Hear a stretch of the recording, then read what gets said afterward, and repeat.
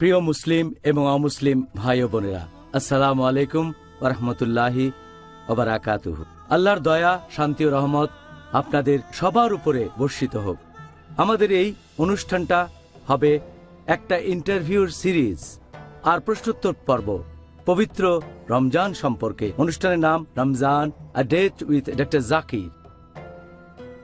এখানে আমি আপনাদের হোস্ট ইউসুফ চেম্বার্স, আর এই অনুষ্ঠানে আমি ডাক্তার জাকির নায়েকের ইন্টারভিউ নেব এবং দর্শকদের পাঠানো প্রশ্নগুলো করব পবিত্র রমজানের বিভিন্ন গুরুত্বপূর্ণ বিষয় নিয়ে।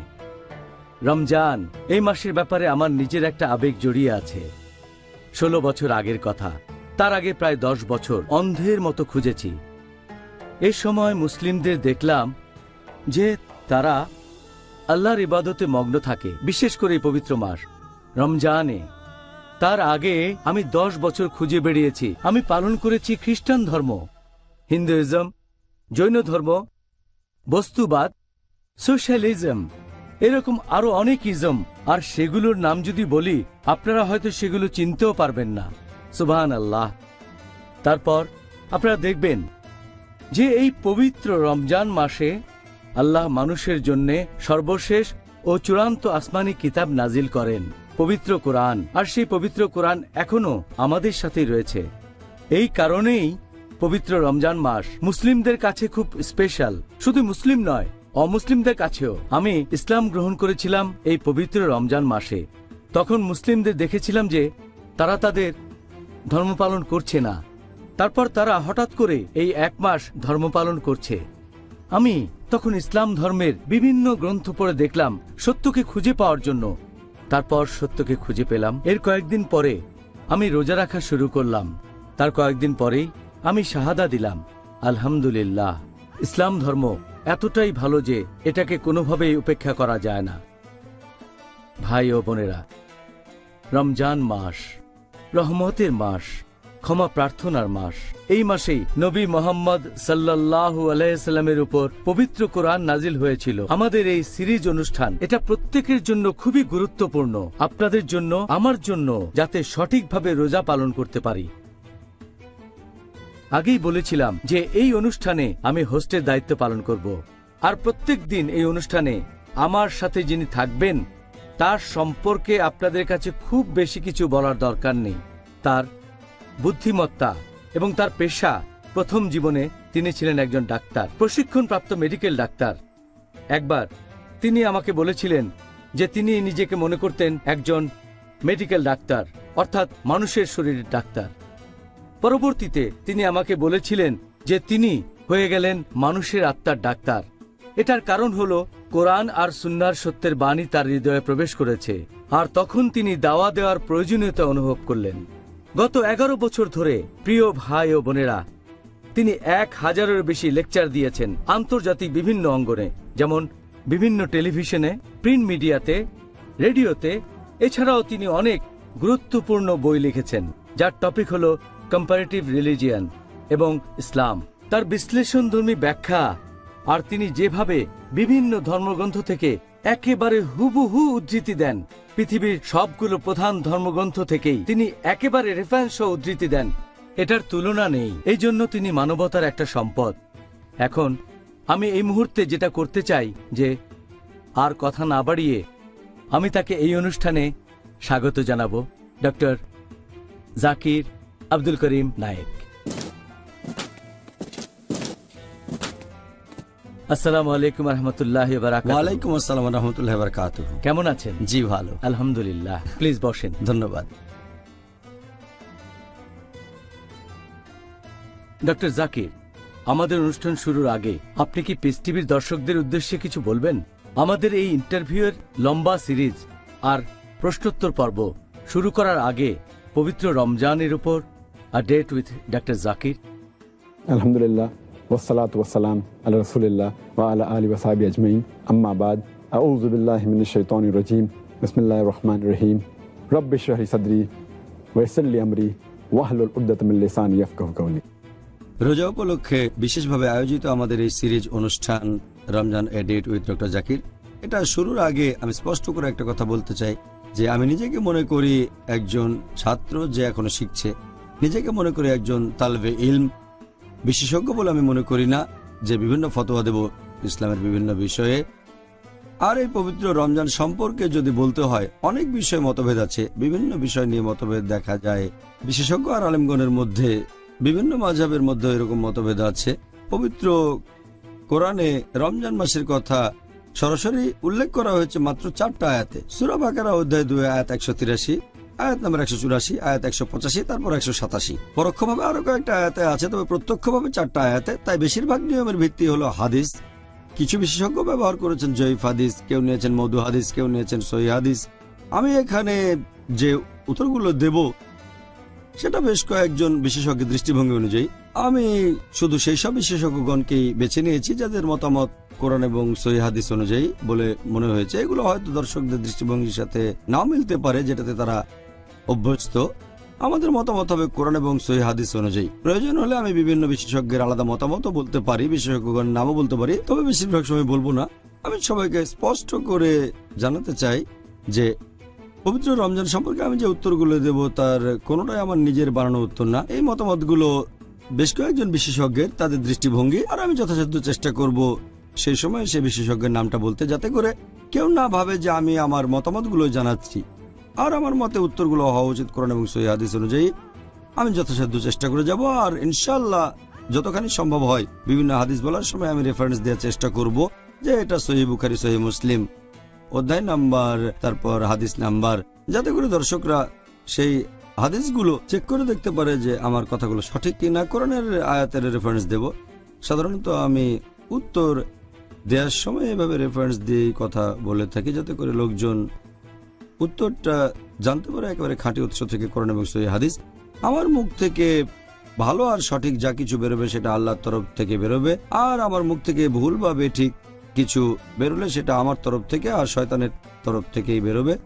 তাই শয়তানের হাত থেকে রক্ষার জন্য আল্লাহর কাছে আশ্রয় চাচ্ছি। আর আমি আল্লাহ তাআলার কাছে দোয়া করছি এই সিরিজ অনুষ্ঠান যেন আমাদের সবার জন্য উপকারী এবং দর্শকদের জন্য উপকারী হয় ইনশাআল্লাহ। জাযাকাল্লাহ খায়ের। এবারে অনুষ্ঠানের কথা। এখানে এই অনুষ্ঠানটাতে মোট 2টা অংশ থাকবে। প্রথম অংশ হবে সরাসরি ইন্টারভিউ ডক্টর জাকির নায়েক ও আমার মধ্যে, অনুষ্ঠানের টপিক অনুসারে। প্রত্যেক অনুষ্ঠানে রমজানের একটা বিষয়। আর দ্বিতীয় অংশে আপনাদের বিভিন্ন প্রশ্নের উত্তর দেবেন ডক্টর জাকির নায়েক। প্রশ্নগুলো হবে সেই দিনের টপিকের উপর। আলহামদুলিল্লাহ ভাই ও বোনেরা, আমি এখন টপিকগুলোর নাম বলছি, যেগুলো নিয়ে আমরা আলোচনা করব ইনশাআল্লাহ, যেটা করব আমরা আগামী 32 দিন ধরে। এখন আপনারা হয়তো ভাবতে পারেন যে আমরা কেন এই অনুষ্ঠানটাকে 32 দিন সময় নিচ্ছি। এটা কি অদ্ভুত? না, অদ্ভুত না। সত্যি বলতে আমরা পৃথিবীর সব প্রান্তের মুসলিম ভাই বোনের কথাই চিন্তা করেছি যে অবশ্যই রমজান 2-1 দিন আগে পরে আসবে, কোথাও আগে আর কোথাও বা পরে। এই অনুষ্ঠানটা আমরা সব মুসলিমদের কাছে পৌঁছে দিতে চাই, আর আল্লাহ যেন আমাদের এই প্রচেষ্টা সফল করেন ইনশাআল্লাহ। এবারে ভাই ও বোনেরা, আমরা এই অনুষ্ঠানের টপিকগুলো সম্পর্কে জানব। প্রথম দিনে 1 নম্বর টপিক, 1 নম্বর এপিসোড, সেটা হলো রমজান মাসকে স্বাগতম, অর্থাৎ আজ। 2 নম্বর এপিসোড, রমজান মাসে মুসলিমরা সাধারণত যে ভুলগুলো করেন। 3 নম্বর, রমজানের প্রারম্ভিক কথা। 4 নম্বর, কখন রোজা রাখা বাধ্যতামূলক আর অব্যাহতি আছে। 5 নম্বর, যেসব কাজ করলে রোজা ভেঙে যায় আর রোজা অবস্থায় যেসব কাজ নিষিদ্ধ। 6 নম্বর, রোজার সময় যেসব কাজের অনুমতি আছে। 7 নম্বর, রোজার সময় যেসব কাজ সুপারিশ আর অনুৎসাহিত করা হয়েছে। 8 নম্বর, সেহরি এবং ইফতার। 9 নম্বর, রোজা রাখার উদ্দেশ্য। 10 নম্বর, রোজা রাখার উপকারিতা। 11 নম্বর এপিসোড, রমজান অনুশোচনা বা তওবা করার মাস। আর 12 নম্বর, রমজান দোয়া এবং প্রার্থনা করার মাস। তারপর 13 এবং 14 নম্বর, কিয়ামুল লাইল, পর্ব 1 এবং 2। নাম্বার 15, তখন আমরা রমজান মাসের মাঝামাঝি সময়ে চলে আসব ভাই ও বোনেরা। রমজান পবিত্র কোরআনের মাস, পর্ব 1। তারপর 16, রমজান পবিত্র কোরআনের মাস, পর্ব 2। 17, জাকাত, পর্ব 1। 18, জাকাত, পর্ব 2। 19, জাকাত, পর্ব 3। নাম্বার 20, লাইলাতুল কদর। ইনশাআল্লাহ একেবারে সঠিক সময়ে রমজানের শেষ 10 দিন। এই সময় থেকে আপনারা এই মঙ্গলময় রাতের সন্ধান করবেন। এরপর নাম্বার 21, এতেকাফ। নাম্বার 22, এপিসোড নাম্বার 22, রমজান আত্ম উন্নয়ন ও ইসলাহ দেয়ার মাস পর্ব 1। এরপর নাম্বার 23 এপিসোড, রমজান আত্ম উন্নয়ন এবং ইসলাহ দেয়ার মাস পর্ব 2। এই পর্বটা শেষ হয়ে যাওয়ার পর 24 নম্বর এপিসোড, রমজান আত্ম উন্নয়ন ও ইসলাহ দেয়ার মাস পর্ব 3। এপিসোড নম্বর 25, রমজান আত্ম উন্নয়ন ও ইসলাহ দেয়ার মাস পর্ব 4। এপিসোড নম্বর 26, রমজান মাসে অমুসলিমদের কাছে দাওয়া দেয়া। এপিসোড 27 নম্বর হল কাজা রোজা, ফিদিয়া এবং রোজার কাফফারা। এপিসোড 28 নম্বর হল আকাশে চাঁদ দেখা। এপিসোড 29 নম্বর জাকাত আল ফিতর। এপিসোড 30 নম্বর ঈদ উল ফিতর। তারপর এপিসোড 31 নম্বর হল ঐচ্ছিক রোজা এবং নিষিদ্ধ রোজা। আর সবশেষে আমাদের অনুষ্ঠানের শেষ পর্ব, এপিসোড 32, এই রমজান থেকে পরের রমজান। এবারে নিচ্ছি একটা ছোট্ট বিরতি, ইনশাআল্লাহ আবার দেখা হবে।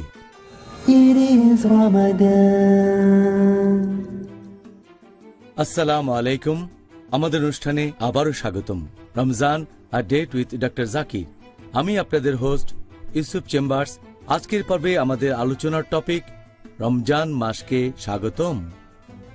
আমাদের এই অনুষ্ঠানের টপিকগুলো আলোচনা করে ঠিক করেছি আমি আর ডক্টর জাকির নায়েক। ডক্টর জাকির, আমাদের আলোচনার এই টপিকগুলো সম্পর্কে আপনি কি বলবেন? আলহামদুলিল্লাহ, আমরা টপিকগুলো যেভাবে বেছে নিয়েছি আর যেভাবে ক্যাটাগরি করেছি, আলহামদুলিল্লাহ বিভিন্ন দিনে, এতে করে দর্শকদের উপকার হবে। রমজান মাসের বিস্তারিত সঠিক সময়ে জানতে পারবেন। এতে আমার জন্য সুবিধা হবে, আরো ভালোভাবে বিভিন্ন প্রশ্নের উত্তর দিতে পারবো, কারণ অনেক সময় এই প্রশ্নের উত্তরগুলো ওভারল্যাপ করতে পারে। সেজন্য আমি খেয়াল রাখবো যাতে করে আমি সেই টপিকের উপরেই বলি যেটা নিয়ে আলোচনা হচ্ছে, আর খেয়াল রাখবো যেন সেই দিনই আমি উত্তরটা বিস্তারিতভাবে দিতে পারি। আর যদি সে ব্যাপারে আগে বলে থাকি তখন হয়তো আমি সংক্ষেপেই উত্তরটা দেব। এখানে আপনারা একটা ব্যাপার দেখবেন যে আমাদের বেশিরভাগ টপিক আমার মতে এগুলো রমজানের বেশ আগে থেকেই শুরু করা উচিত। আবার এমন কিছু টপিক আছে যেগুলো আলোচনা করা যেতে পারে বছরের যে কোনো সময়ে, যেমন ধরেন ঐচ্ছিক রোজা, এটা নিয়ে আলোচনা করা যায় বছরের যে কোনো সময়। আর কিছু টপিক যেমন ইতিকাফ আর লাইলাতুল কদর, এগুলো আলোচনা করা উচিত রমজানের শেষ 10 দিনে। আমরাও সেটা করবো ইনশাল্লাহ। আর কিছু টপিক যেমন ঈদ উল ফিতর আলোচনা করা উচিত ঈদের ঠিক আগে। তবে বেশিরভাগ টপিক যেগুলো আলোচনা করব সেটা করা উচিত রমজানের আগে। যেমন ধরেন আমরা আলোচনা করব ইফতার এবং সেহর 8 নম্বর পর্বে। তারপর আলোচনা করব যেসব কাজ করলে একজনের রোজা ভেঙে যায় সেটা 5 নম্বর পর্বে। এদিকে আমরা কিন্তু রোজা রাখা শুরু করব রমজানের প্রথম দিন থেকে, এটার কোনো মানে হয় না। সেজন্য অনুষ্ঠানটা আরো আগে করা উচিত, অন্তত পক্ষে রমজান মাস শুরু হওয়ার 3 বা 4 সপ্তাহ আগে থেকেই। তবে আমি মানছি যে আমরা রমজানের প্রথম দিন থেকেই শুরু করছি, তার কারণ বেশিরভাগ মুসলিম ইসলামিক অনুষ্ঠান দেখে থাকে এই পবিত্র রমজান মাসে, অন্য মাসে বেশি দেখে না। রমজান মাসে মুসলিম দর্শকের সংখ্যা অনেক বেশি হয়ে থাকে, তাই আলহামদুলিল্লাহ পয়লা রমজানই শুরু করাটা ঠিক হয়েছে। তবে এটা আবারও কয়েক মাস পরে দেখানো উচিত, যাতে করে দর্শকরা পরের রমজানের জন্য প্রস্তুত হতে পারেন। মাশাআল্লাহ, এই অনুষ্ঠানের টপিকগুলো ডক্টর জাকির, এগুলো আপনি নিজে বিভিন্ন যুক্তি আর বৈজ্ঞানিক কারণ দেখিয়ে বেছে নিয়েছেন।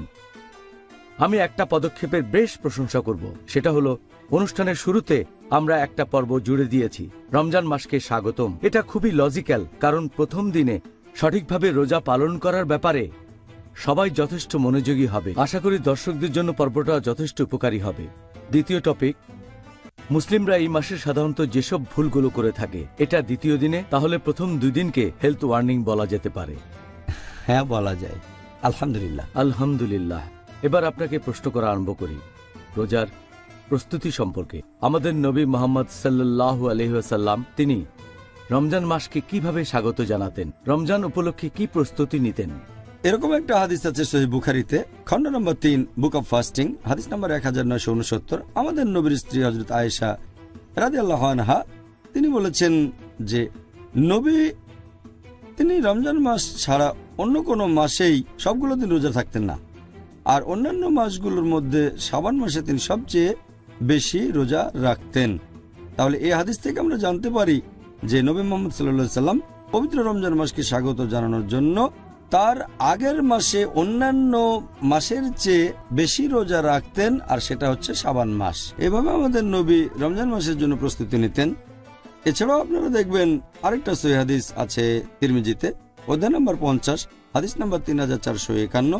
বলা হয়েছে যে তালহা রাদিয়াল্লাহু আনহু তিনি তার বাবার উদ্ধৃতি দিয়ে বলেছেন যে উনার বাবা, তার মানে তালহার দাদা, তিনি বলেছেন যখনই আমাদের নবী নতুন চাঁদ দেখতেন তখনই আল্লাহর কাছে দোয়া করতেন আর বলতেন, হে আল্লাহ, এই মাসে আমাদের রহমত করো। তখন তিনি সেই মাসের নামটা বলতেন, তারপর বলতেন, এই মাসে তুমি আমাদের বিশ্বাসের পথে অটল রাখো। এভাবে আমাদের নবী আল্লাহ সুবহানাহু ওয়া তাআলার কাছে দোয়া করতেন যখনই তিনি নতুন মাসের চাঁদ দেখতেন। শুধু রমজান মাসের নতুন চাঁদ দেখলে যে তিনি এভাবে দোয়া করতেন তা নয়, সব মাসের নতুন চাঁদ দেখলে তিনি এটা করতেন। আর তিনি পবিত্র রমজান মাসে বিশেষভাবে যেটা করতেন সেটা হচ্ছে তিনি এই পবিত্র মাসের আগমনের কথা লোকজনকে জানিয়ে দিতেন। আর এটার উল্লেখ আছে মুসনাদ আহমদে, খণ্ড নম্বর 2, পৃষ্ঠা নম্বর 230, হাদিস নম্বর 7148, যে নবী মুহাম্মদ সাল্লাল্লাহু আলাইহি সাল্লাম তিনি লোকজনকে বলতেন যে তোমরা সবাই শোনো, এই রহমতের মাস এখন তোমাদের সামনে, আর আল্লাহ সুবহানাহু ওয়া তাআলা আদেশ দিয়েছেন যে এই মাসে তোমরা রোজা রাখবে, আর বেহেশতের দরজা এই পবিত্র মাসে খোলা থাকবে, দোজখের দরজা বন্ধ হয়ে যাবে, শয়তানের সময় শেকলে বাঁধা থাকবে, আর এই পবিত্র মাসে একটা রাত থাকবে যেটা 1000 মাসের চেয়েও অনেক উত্তম। যদি কেউ এই মাসে আল্লাহ সুবহানাহু ওয়া তাআলার রহমত থেকে বঞ্চিত হয়ে যায় সে আসলে একজন হতভাগ্য। তাহলে এখানে আমরা জানতে পারলাম যে নবী মুহাম্মদ সাল্লাল্লাহু আলাইহি সাল্লাম কিভাবে এই মাসকে স্বাগত জানাতেন। তিনি তখন লোকজনের কাছে এই পবিত্র মাস আগমনের সুসংবাদটা পৌঁছে দিতেন। মাশাআল্লাহ। এবার আপনার কাছে পরের প্রশ্নটা হচ্ছে, রমজান মাস কাছাকাছি আসলে তখন আমাদের কি করা উচিত? প্রথমে আমরা যেটা করব সেটা হলো আমরা আল্লাহ তাআলাকে ধন্যবাদ জানাবো যে আমরা আরো একবার এই আশীর্বাদের রমজান মাসকে আমাদের সামনে পাচ্ছি। আমরা আল্লাহকে ধন্যবাদ জানাবো তার দয়ার জন্য, আর এ মাসে আমরা ক্ষমা প্রার্থনা করব যাতে করে আমাদের অতীতের সব গুনাহ মাফ করা হয়। আমরা আল্লাহ তাআলাকে ধন্যবাদ জানাবো তিনি যে নিয়ামতগুলো দিয়েছেন সেজন্য, যে রহমত দিয়েছেন, যে ভালোবাসা দিয়েছেন, এটা সবচেয়ে সেরা মাস। আর আল্লাহ তাআলা পবিত্র কোরআনে বলেছেন সূরা বাকারা অধ্যায় নম্বর 2 আয়াত নম্বর 185 বলা হয়েছে, শাহরু রমজান আল্লাযী উনজিলা ফীহিল কুরআন হুদাল লিন-নাস ওয়া বায়িনাতিন মিনাল হুদা ওয়াল ফুরকান। যার অর্থ হলো এই রমজান মাসে পবিত্র কোরআন অবতীর্ণ হয়েছে মানুষ জাতির পথের দিশারি হিসেবে, সৎপথের স্পষ্ট নিদর্শন এবং সত্য আর মিথ্যার পার্থক্যকারী রূপে। এছাড়াও আল্লাহ তাআলা পবিত্র কোরআনে বলেছেন সূরা বাকারা অধ্যায় নম্বর 2 আয়াত নম্বর 183, আল্লাহ বলেছেন, ইয়া আইয়ুহাল্লাযীনা আমানু, হে মুমিনগণ, কুতিবা আলাইকুমুস সিয়াম কামা কুতিবা আলাল্লাযীনা মিন ক্বাবলিকুম লাআল্লাকুম তাত্তাকুন। অর্থাৎ হে মুমিনগণ, তোমাদের জন্য সিয়ামের বিধান দেওয়া হলো যেমন বিধান তোমাদের পূর্ববর্তীগণকে দেওয়া হয়েছিল, যাতে করে তোমরা শিখতে পারো আত্মসংযম। এখানে আরবি শব্দটা হলো তাত্তাকুন, এটা তাকওয়ার সমার্থক, যাতে করে তোমরা আল্লাহ তাআলাকে মেনে চলো, যাতে শিখতে পারো ধার্মিকতা, শিখতে পারো ন্যায়নিষ্ঠতা। তাহলে এই মাসে একজন মানুষ আরো বেশি ন্যায়নিষ্ঠ হতে পারে। এই পবিত্র মাসে আমাদের তাকওয়া সর্বোচ্চ স্তরে থাকতে পারে। আর এই রমজান মাসকে বলা যায় আমাদের জন্য একটা অ্যানুয়াল ট্রেনিং। এটাকে বলা যায় আমাদের শরীরের এক ধরনের সার্ভিসিং। আমরা জানি যে কিভাবে বিভিন্ন যন্ত্রপাতি আর মেশিনারির সার্ভিসিং করা হয়, হয়তো 3 মাসে একবার বা বছরে একবার। এখন আপনি এভাবে বলতে পারেন যে মানুষের শরীরটা পৃথিবীর মধ্যে সবচেয়ে সেরা যন্ত্র, তাহলে তো এই যন্ত্রেরও সার্ভিসিং দরকার হয়। আর রমজান হলো মানুষের শরীরের অ্যানুয়াল সার্ভিসিং এর মাস। এই হলো মানুষ জাতির জন্য আধ্যাত্মিক আর নৈতিক ট্রেনিং এর মাস। এভাবে আমাদের শরীর, মন এবং আত্মা বিশুদ্ধ হয়ে যাচ্ছে। এই পবিত্র মাসে আমরা আমাদের তাকওয়া বাড়াতে পারি, আমাদের ধৈর্য বাড়াতে পারি, পবিত্র কোরআন থেকে বিভিন্ন উপকারিতা আর দিক নির্দেশনা পেতে পারি। সুবহান আল্লাহ, জাযাকাল্লাহ খায়ের। সুন্দর বলেছেন। পরের প্রশ্ন, রমজান মাস কাছাকাছি আসলে আমাদের যে কাজগুলো করা উচিত সে ব্যাপারে আপনি পিস টিভি দর্শকদের কি উপদেশ দেবেন? আমি উপদেশ দেব যে প্রত্যেক মুসলিম পুরুষ বা নারী এই রমজান মাসে এই ব্যাপারে দৃঢ় সিদ্ধান্ত নেবে যে তারা এই আশীর্বাদের মাসে, রমজান মাসে প্রতিটা দিনই রোজা রাখবে। আর আমরা চেষ্টা করব যাতে এই মাসের সব উপকারিতা নেওয়া যায়। এই আশীর্বাদের মাসে আমরা একটা মিনিটও তুচ্ছ বা সামান্য কাজে ব্যয় করব না। এই মাসে আমরা যতটা পারি আল্লাহ সুবহানাহু ওয়া তাআলাকে স্মরণ করব, আমরা তার কাছে দয়া ভিক্ষা করব, তার কাছে ক্ষমা প্রার্থনা করব। আমরা চেষ্টা করব যাতে তার ভালোবাসা পেতে পারি। আর এই সময়ে বাড়ানোর চেষ্টা করব আমাদের ধার্মিকতা, আমাদের ন্যায়নিষ্ঠতা, আমাদের ধৈর্য। আর আমাদের নবী মুহাম্মদ সাল্লাল্লাহু আলাইহি ওয়াসাল্লাম বলেছেন, সহিহ বুখারী খণ্ড নম্বর 3, বুক অব ফাস্টিং, হাদিস নম্বর 1903, আমাদের নবী মুহাম্মদ সাল্লাল্লাহু আলাইহি ওয়াসাল্লাম বলেছেন, যদি কেউ মিথ্যে কাজ আর মিথ্যে কথা থেকে বিরত না থাকে, আল্লাহ সুবহানাহু ওয়া তাআলা তার খাদ্য গ্রহণ বা পানীয় গ্রহণ থেকে বিরত থাকাটাও দেখবেন না। তার মানে যদি কোনো লোক মিথ্যে কাজ এবং মিথ্যে কথা বলা বাদ না দেয়, আল্লাহ তাহলে তার পানাহারে বিরত থাকাটাকে কোনো গুরুত্ব দেবেন না। তার মানে আপনার রোজাটা গ্রহণযোগ্য হবে না যদি না মিথ্যে কাজ আর মিথ্যে কথা থেকে বিরত থাকেন। আমাদের প্রিয় নবী মুহাম্মদ সাল্লাল্লাহু আলাইহি ওয়াসাল্লাম তিনি আরো বলেছেন, এটাও একটা সহিহ হাদিস যেটা উল্লেখ করা হয়েছে মুসনাদ আহমদে, খণ্ড নম্বর 2, পৃষ্ঠা নম্বর 230, হাদিস নাম্বার 7148। এই হাদিসটা এছাড়াও আছে সুনান আল নিসাইতে, অধ্যায় নম্বর 5, হাদিস নাম্বার 2106। সেখানে আমাদের নবী মুহাম্মদ সাল্লাল্লাহু আলাইহি ওয়াসাল্লাম বলেছেন, সবাই শোনো, রহমতের মাস রমজান তোমাদের সামনে। আল্লাহ তাআলা আদেশ দিয়েছেন যে এই মাসে তোমরা রোজা রাখবে, আর বেহেশতের দরজা খোলা অবস্থায় থাকবে এই পবিত্র মাসে, এবং দোজখের দরজা বন্ধ থাকবে। শয়তান এই সময়ে শেকলে বাঁধা থাকবে। এই মাসে একটা রাত আছে যেটা 1000 মাসের চেয়েও অনেক উত্তম। যদি কেউ এই মাসে আল্লাহর রহমত থেকে বঞ্চিত হয়, সে আসলে একজন হতভাগ্য। তাই আমাদের মনস্থির করতে হবে যে আমরা এই মাসের উপকারিতাগুলো সব নেব। আমাদের নবী মুহাম্মদ সাল্লাল্লাহু আলাইহি ওয়াসাল্লাম বলেছেন, এটা উল্লেখ আছে সহিহ বুখারীতে, খণ্ড নম্বর 3, বুক অব ফাস্টিং, হাদিস নাম্বার 1901।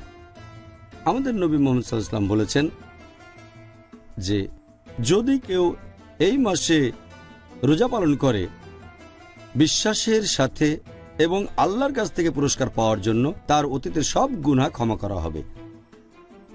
তার মানে আমরা যদি আন্তরিকতার সাথে এই মাসে রোজা রাখতে পারি, আল্লাহর কাছ থেকে পুরস্কার পাওয়ার জন্য আমাদের অতীতের সব গুনাহ ক্ষমা করা হবে। চিন্তা করেন, এভাবে খুব সহজেই আমরা অতীতের সব গুনাহ থেকে ক্ষমা পেতে পারি।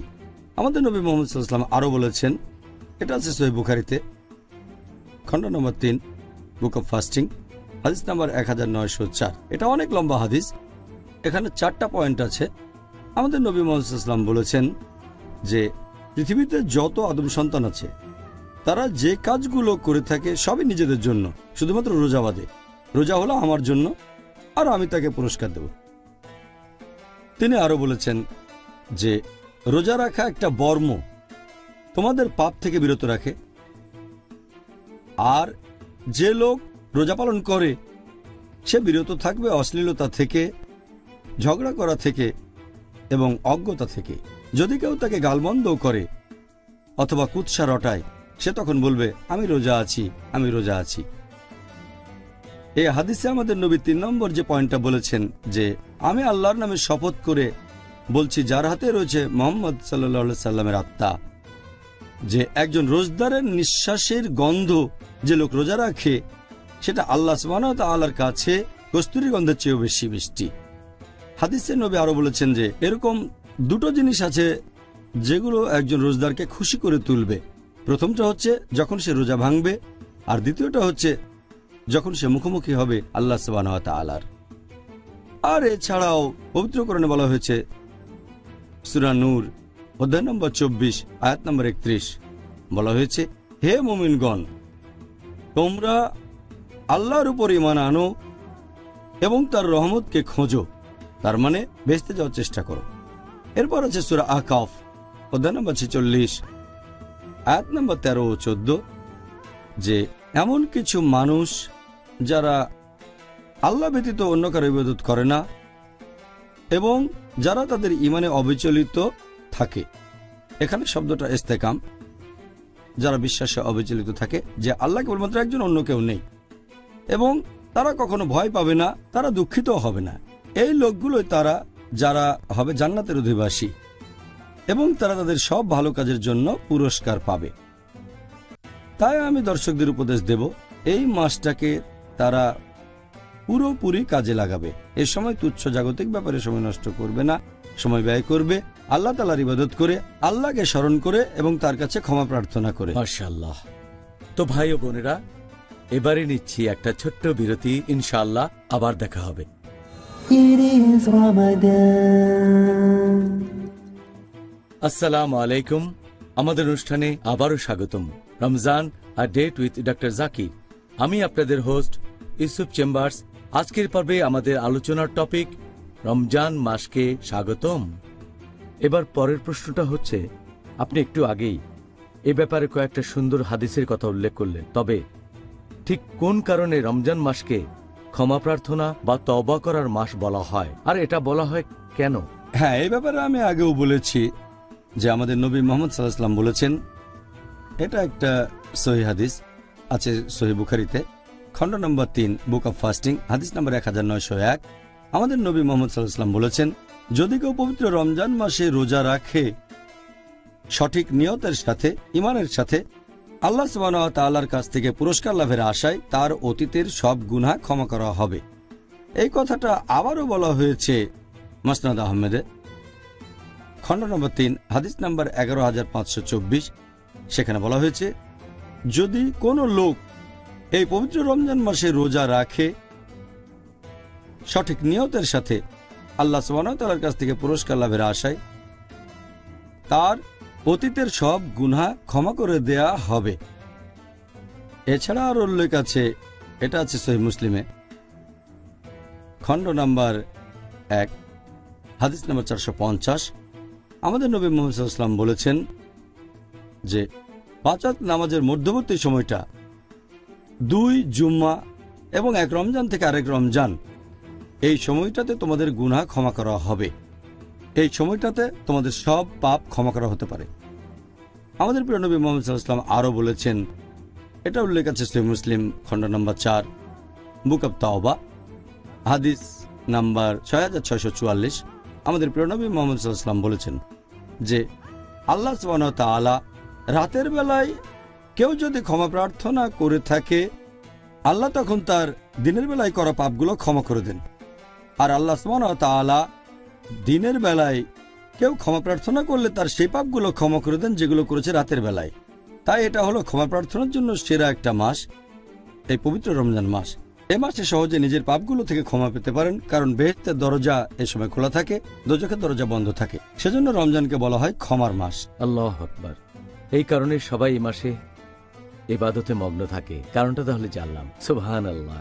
ডক্টর জাকির, এই পবিত্র রমজান মাসে মুসলিমদের কি বিশেষ কিছু কাজের প্রতি মনোযোগ দেওয়া উচিত? আর আমরা জানি যে দর্শকরা আপনার কাছ থেকে এটা জেনে দারুণভাবে উপকৃত হবেন যে এই মাসে তাদের কোন কাজটা করা উচিত, আর তারা এখন থেকেই রমজানের জন্য প্ল্যান করতে পারবেন। হ্যাঁ, আমার মতে এটা খুবই ভালো প্রশ্ন, কারণ বেশিরভাগ কাজের কথা আমরা হয়তো বলবো বিভিন্ন আলাদা এপিসোডে। আমি এখানে সংক্ষেপে কয়েকটা গুরুত্বপূর্ণ পয়েন্টের কথা এখন আলোচনা করব, কারণ বিস্তারিত বললে অনেক সময় লেগে যাবে। কয়েকটা গুরুত্বপূর্ণ পয়েন্ট মনে রাখতে হবে যে এক নম্বর, সেটা হলো নিয়ত। নিয়ত খুবই গুরুত্বপূর্ণ। রোজার এই নিয়ত হবে শুধুমাত্র আল্লাহ সুবহানাহু ওয়া তাআলার জন্য। কারো রোজা গ্রহণযোগ্য হওয়ার জন্য নিয়ত খুবই গুরুত্বপূর্ণ। নিয়ত এখানে খুবই গুরুত্বপূর্ণ, এটা ছাড়া কারো রোজা গ্রহণযোগ্য হবে না। 2 নম্বর, সেটা হলো রোজা সম্পর্কিত কিছু সুন্নত পালন করা।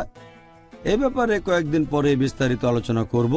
তবে এখানে একটা ব্যাপার বলি যে নবীর একটা গুরুত্বপূর্ণ সুন্নত হচ্ছে যে আমরা আমাদের সাহরি করব যতটা দেরিতে করা সম্ভব, তার মানে ভোর হওয়ার সামান্য একটু আগে, ফজরের নামাজের একটু আগে।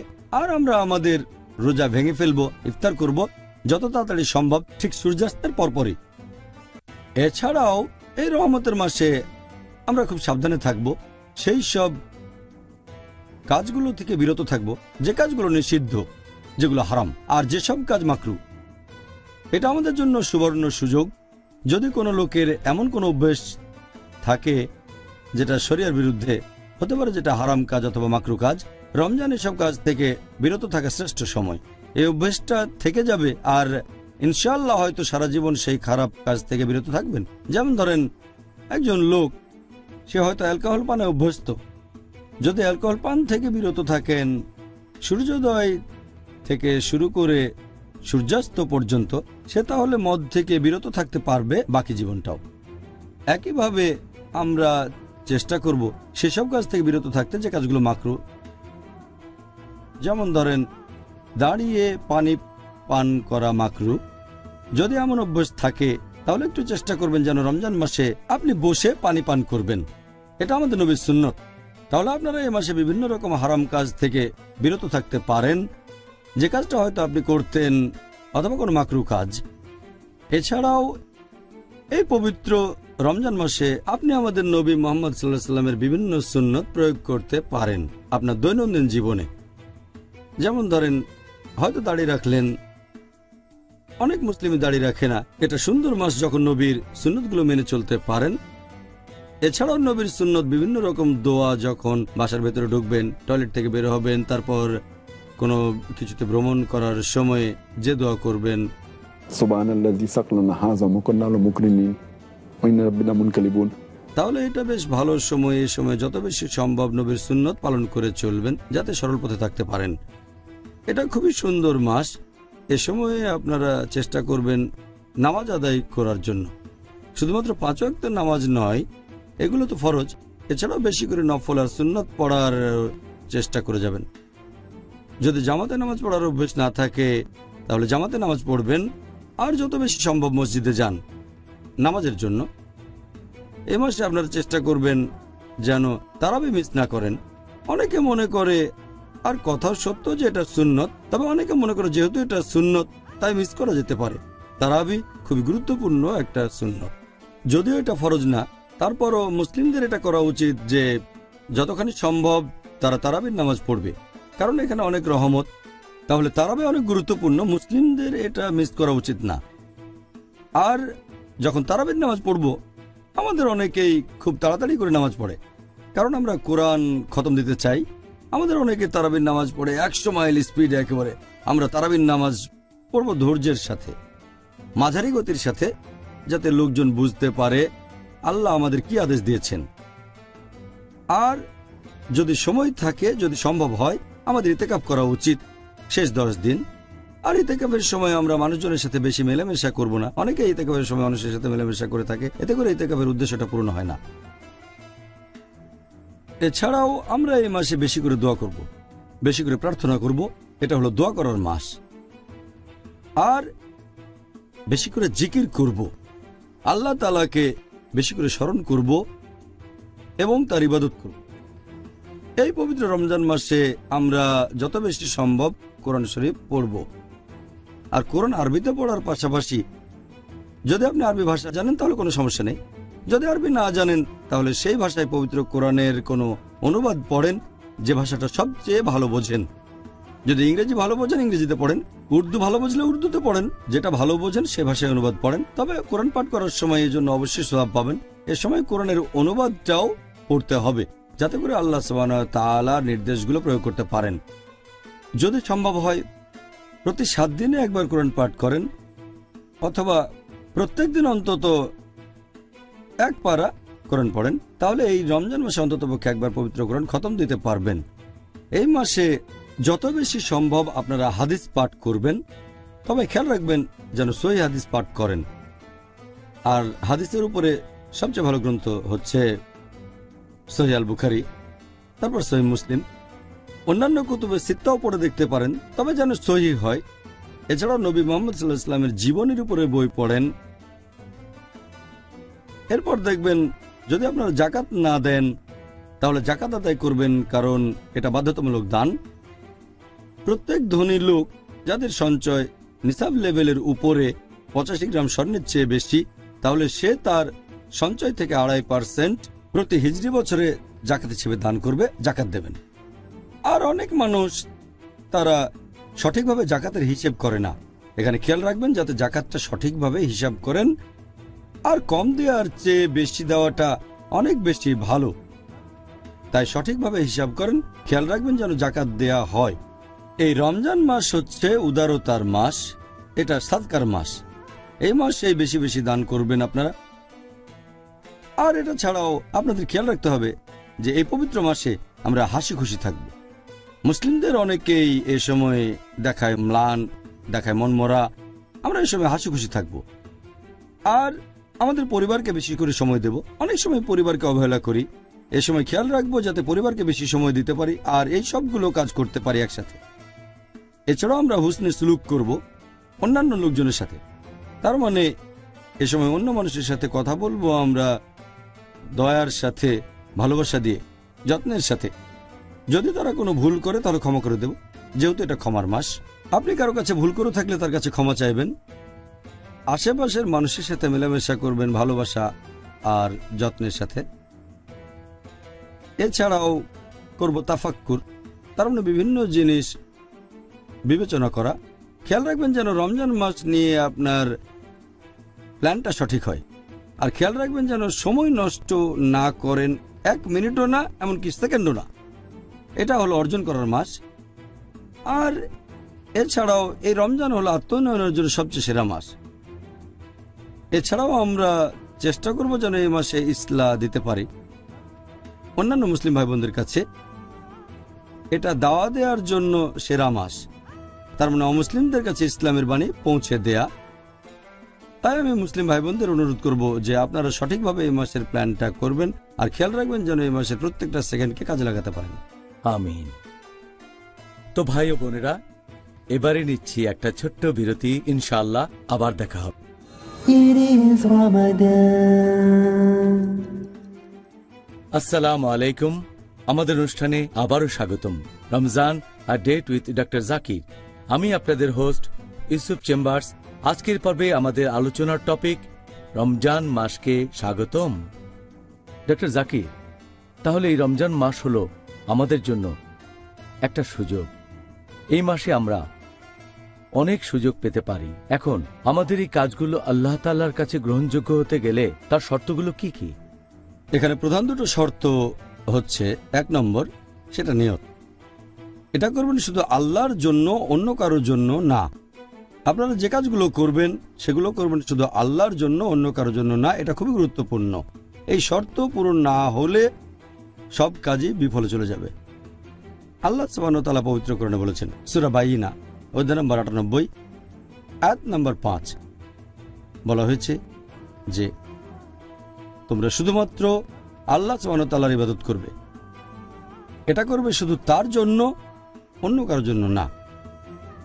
এছাড়া উল্লেখ করা আছে সূরা ইনসান অধ্যায় নম্বর 76 9 নম্বর আয়াত, বলা হয়েছে যে তোমাদের আহার দিয়েছি আল্লাহর সন্তুষ্টি লাভের জন্য, যাতে আল্লাহ সুবহানাহু ওয়া তাআলা খুশি হন। আমরা তোমাদের নিকট থেকে কোনো পুরস্কারও চাই না, কোনো প্রতিদানও চাই না। তার মানে যদি কাউকে খাওয়ান, সেটা করেছেন আল্লাহর সন্তুষ্টি লাভের জন্য, সেটার বদলে কোনো রকম পুরস্কার অথবা প্রতিদান আশা করেননি। এটা খুবই গুরুত্বপূর্ণ ব্যাপার। মনে রাখবেন আপনার সব কাজ হবে আল্লাহর সন্তুষ্টি লাভের জন্য। এটা খুবই গুরুত্বপূর্ণ ব্যাপার। এছাড়াও আরো উল্লেখ আছে পবিত্র কোরআনে সূরা শুরা অধ্যায় নম্বর 42 আয়াত নম্বর 20, যদি কেউ আখিরাতের ফসল কামনা করে কোনো কাজ করে থাকে, আল্লাহ সুবহানাহু ওয়া তাআলা তার পুরস্কার আখিরাতের ফসল বহুগুণে বর্ধিত করে দেন। আর যদি কেউ দুনিয়ার ফসল কামনা করে কোনো কাজ করে থাকে, দুনিয়ার আশা করে, আল্লাহ তার জন্য দুনিয়ায় কিছু দেবেন, কিন্তু আখিরাতে তার জন্য কিছু থাকবে না। আল্লাহ এই কথা আবারও বলেছেন সূরা হুদ অধ্যায় নম্বর 11 আয়াত 15 ও 16 যে যদি কেউ পৃথিবীর জীবন আর তার শোভা কামনা করে অথবা কোনো কাজ করে এই দুনিয়ার খাতিরে, আর এই পৃথিবীর জৌলুস কামনা করে, আল্লাহ সুবহানাহু ওয়া তাআলা এই দুনিয়ায় তাকে কিছু দেবেন, কিন্তু আখিরাতে তার জন্য কিছুই থাকবে না, শুধুমাত্র আগুন ছাড়া। আর তারা যে কাজ করে সেগুলো সব আখিরাতে নিষ্ফল হয়ে যাবে। সেজন্য যাই করেন সেটা হবে আল্লাহ সুবহানাহু ওয়া তাআলার জন্য। আর ইসলাম ধর্মের দ্বিতীয় খলিফা হযরত ওমর রাদিয়াল্লাহু আনহু, এটার উল্লেখ আছে সহিহ বুখারীতে খণ্ড নম্বর 1 হাদিস নম্বর 1। হযরত ওমর রাদিয়াল্লাহু আনহু তিনি বলেছেন যে আমাদের নবী মুহাম্মদ সাল্লাল্লাহু আলাইহি ওয়াসাল্লাম বলেছেন ইন্নামাল আমালু বিন্নিয়াত, যার অর্থ তোমাদের কাজের বিচার হবে তোমাদের নিয়ত দিয়ে। আমাদের নবী আরো বলেছেন যে তোমাদের সব কাজের ভিত্তি হলো নিয়ত। যদি কেউ হিজরত করে আল্লাহ এবং রাসূলের জন্য, তাহলে সেটা আল্লাহ আর তার রাসূলের জন্য। আর যদি কেউ হিজরত করে দেশ ত্যাগ করে জাগতিক সুবিধার জন্য অথবা বিয়ের জন্য, তাহলে সেটা করেছে জাগতিক সুবিধার বিয়ের জন্য। তাই নিয়ত খুবই গুরুত্বপূর্ণ। আর এই কথাটা আরো আছে অন্য আরেকটা হাদিসে, আছে সহিহ মুসলিমে খণ্ড নম্বর 4 হাদিস নম্বর 7114। বলা হয়েছে যে আমাদের প্রিয় নবী মুহাম্মদ সাল্লাল্লাহু আলাইহি ওয়াসাল্লাম বলেছেন যে আল্লাহ সুবহানাহু ওয়া তাআলা বলেছেন যে আমি একাই স্বয়ংসম্পূর্ণ, আমার কোনো সাহায্যকারীর প্রয়োজন নেই। যদি কেউ কোনো কাজ করে অন্যের জন্য পাশাপাশি আমার জন্য, আমি সেটা ত্যাগ করি, কারণ এখানে সে অন্য কাউকে শরীক করেছে। তার মানে কিছু অংশ করেছে আল্লাহর জন্য আর কিছু অংশ অন্যের জন্য। এরকম করতে পারবেন না, করবেন শুধুমাত্র আল্লাহ সুবহানাহু ওয়া তাআলার জন্য, শুধুমাত্র তার জন্য, আর কারোর জন্য না। আল্লাহ তাআলা তার সাথে কাউকে শরীক করাকে পছন্দ করেন না।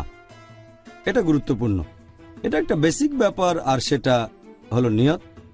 কোনো কাজ গ্রহণযোগ্য হবে এর জন্য দ্বিতীয় যে শর্তটা, সেটা হলো আমরা যে কাজ করব সেগুলো হবে শরিয়া অনুযায়ী, সেটা হবে আল্লাহ এবং রাসূলের নির্দেশ অনুযায়ী, সেগুলো হবে কোরআনের শিক্ষা অনুযায়ী এবং নবী মুহাম্মদ সাল্লাল্লাহু আলাইহি ওয়াসাল্লামের শিক্ষা অনুযায়ী। এটা আছে সহিহ মুসলিমে খণ্ড নম্বর 3 হাদিস নম্বর 4267। আমাদের প্রিয় নবী মুহাম্মদ সাল্লাল্লাহু আলাইহি ওয়াসাল্লাম বলেছেন যে যদি তোমার কাজগুলো আমাদের পথ অনুযায়ী না হয়, ইসলাম ধর্ম অনুযায়ী না হয়ে থাকে, কোরআন ও সহিহ হাদিস অনুযায়ী না হয়, তাহলে সেটা বাতিল করা হয়। তার মানে আপনার কাজ গ্রহণযোগ্য হতে গেলে সেটা কোরআন ও সহিহ হাদিস অনুযায়ী হতে হবে। আর এটার উল্লেখ আছে আরেকটা সহিহ হাদিসে আবু দাউদ খণ্ড নম্বর 3 হাদিস নম্বর 4950। আমাদের প্রিয় নবী মুহাম্মদ সাল্লাল্লাহু আলাইহি ওয়াসাল্লাম বলেছেন যে তিনি লোকজনকে বলতেন আমার দৃষ্টান্ত অনুসরণ করো আর খোলাফায়ে রাশিদিনের দৃষ্টান্ত, তার মানে সঠিকভাবে নির্দেশিত খলিফাগণ।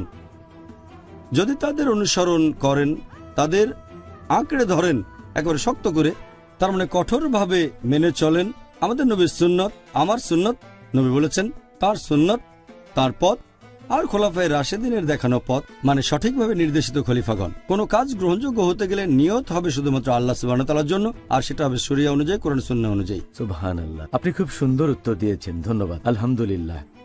আমরা অনুষ্ঠানের শুরুতেই আপনাদের বলেছিলাম যদি হাতে সময় থাকে তাহলে আপনাদের পাঠানো বেশ কিছু প্রশ্নের উত্তর দেব, যেগুলো টপিকের সাথে প্রাসঙ্গিক। আজকে হাতে কিছু সময় আছে, তাহলে ডাক্তার জাকির, যে মানুষজন সাধারণত একটা কথা বলে রমজান মাসকে স্বাগত জানায়, রমজান মোবারক, কিছু মানুষ বলে এটা বিদা, আবার কেউ বলে এটা সুন্নত, এই ব্যাপারে আপনি কি বলবেন? কোন মাসকে স্বাগত জানানো ভালো, আলহামদুলিল্লাহ। আর আমাদের নবী সবসময় লোকজনকে জানিয়ে দিতেন এই মাসের ব্যাপারে। এ ব্যাপারে আমি আগেও বলেছি যে আমাদের নবী মুহাম্মদ সাল্লাল্লাহু আলাইহি ওয়াসাল্লাম, এটার উল্লেখ আছে মুসনাদ আহমদ খণ্ড নম্বর 2 পৃষ্ঠা নম্বর 230 হাদিস নম্বর 7148। এছাড়াও এই হাদিসটা আছে সুনান আল নিসায়ে অধ্যায় নম্বর 5 হাদিস নম্বর 2106, যে আমাদের নবী মুহাম্মদ সাল্লাল্লাহু আলাইহি ওয়াসাল্লাম রমজান মাসের আগমনের কথা সব সময় লোকজনকে জানিয়ে দিতেন যে রমজান মাস সামনে, আমাদের নবী সে সময় লোকজনের উদ্দেশ্যে বলতেন, সবাই শোনো, রহমতের মাস রমজান এখন তোমাদের সামনে, আর আল্লাহ সুবহানাহু ওয়া তাআলা তোমাদের আদেশ দিয়েছেন যে তোমরা এই মাসে রোজা রাখবে। তাহলে নবী এই মাসকে স্বাগত জানাতেন, তিনি মানুষকে শুভেচ্ছা জানাতেন। একইভাবে আজকে যদি আপনি শুভেচ্ছা জানান, নবী বলতেন রহমতের মাস তোমাদের সামনে। যদি কেউ বলে রমজান মোবারক, এই রমজান মোবারক কথাটা ভারতীয় উপমহাদেশে বেশি ব্যবহার করা হয়। ভারতীয়রা বলে, পাকিস্তানিরা বলে, কারণ এই শব্দ মুবারক, বারকা হলো একটা আরবি শব্দ, বারকা মানে আশীর্বাদ, আর এই মাসটা আসলে রহমতের মাস। কিন্তু ভারতীয় আর পাকিস্তানিরা যখন এই মোবারক শব্দটা বলে, তারা এটা বলে অভিনন্দন জানানোর জন্য। কেউ পরীক্ষায় পাশ করলে উর্দুতে তাকে মোবারক দেওয়া হয়, এটা কিন্তু এসেছে আরবি শব্দ বারকা থেকে। তাই রমজান মাস আসলে তারা বলে রমজান মোবারক, তার মানে এটা হলো আশীর্বাদের মাস, অথবা এক ধরনের অভিনন্দন জানানো, অন্যকে শুভেচ্ছা জানানো যে রহমতের মাস আমাদের সামনে। তাই আমার মতে এটা বিদা নয়, একটা মাসকে স্বাগত জানানো যায়। এটা ভালো যে এই মাসকে আশীর্বাদের মাস বলছেন আর অন্য মানুষকে জানিয়ে দিচ্ছেন, তাদের বলছেন যে এই মাসে অনেক আশীর্বাদ পেতে পারেন। তাই আমার মতে এটা বিদা নয়। তবে কিভাবে শুভেচ্ছা জানাচ্ছেন, যেভাবে বলছেন, সেটা হলো মুবা, তার মানে ঐচ্ছিক। ভারতীয় উপমহাদেশে আমরা সাধারণত বলে থাকি রমজান মুবারক, মধ্যপ্রাচ্যের দেশগুলোতে বলে থাকি রমজান করিম। এই সবগুলো কথাই আসলে ভালো। পবিত্র মাস, আশীর্বাদের মাস অথবা ক্ষমাশীলতার মাস, এখানে কিভাবে বলবেন সেটা আপনার ব্যাপার। তবে আমাদের নবী মুহাম্মদ সাল্লাল্লাহু আলাইহি সাল্লাম তখন লোকজনদের বলতেন, সবাই শোনো, রহমতের মাস রমজান তোমাদের সামনে। আমার মতে লোকজন সবাইকে শুভেচ্ছা জানাবে, সবাইকে মনে করিয়ে দেবে এই রহমতের মাসের ব্যাপারে। মাশাআল্লাহ, জাযাকাল্লাহ খায়ের ডক্টর জাকির নায়েক। এটাই আজকের অনুষ্ঠানের শেষ প্রশ্ন।